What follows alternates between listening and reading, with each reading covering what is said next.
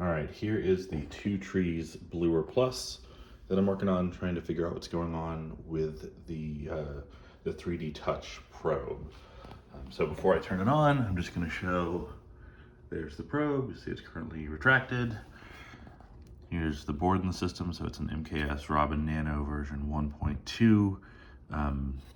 That's where the Z end stop wires from the BL Touch are connected, and that's where the BL Touch data sensor wires are going. And that little board is there from the manufacturer.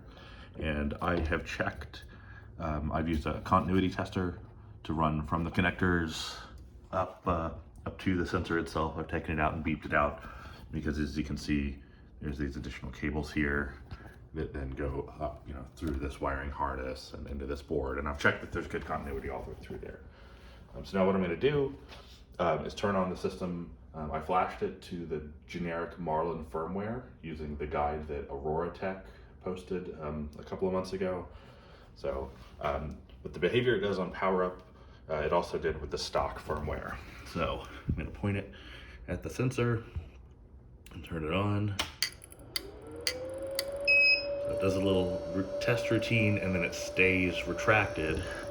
And it's kind of hard to tell, but both the red and the blue LEDs are lit. And if we go here to the display screen, settings, configuration, BL Touch, oops, BL Touch. All these settings are listed, but none of them actually do anything. Like if I try and select self-test or deploy or stow, the probe doesn't do anything. It never flashes, nothing happens. If I manually pull it down, it does change to solid blue, and if I tap on it, it will retract, but it goes red-blue. So I'm not sure if there's something wrong with this sensor or the board or how it's wired. We did also purchase just a generic knockoff 3D touch sensor, and we tried to wire it up and we get the exact same behavior. In this firmware, again, just to show versions. Oops. There we go. So that's the build we're running and how I've got it configured and everything. So, not sure what's going on here.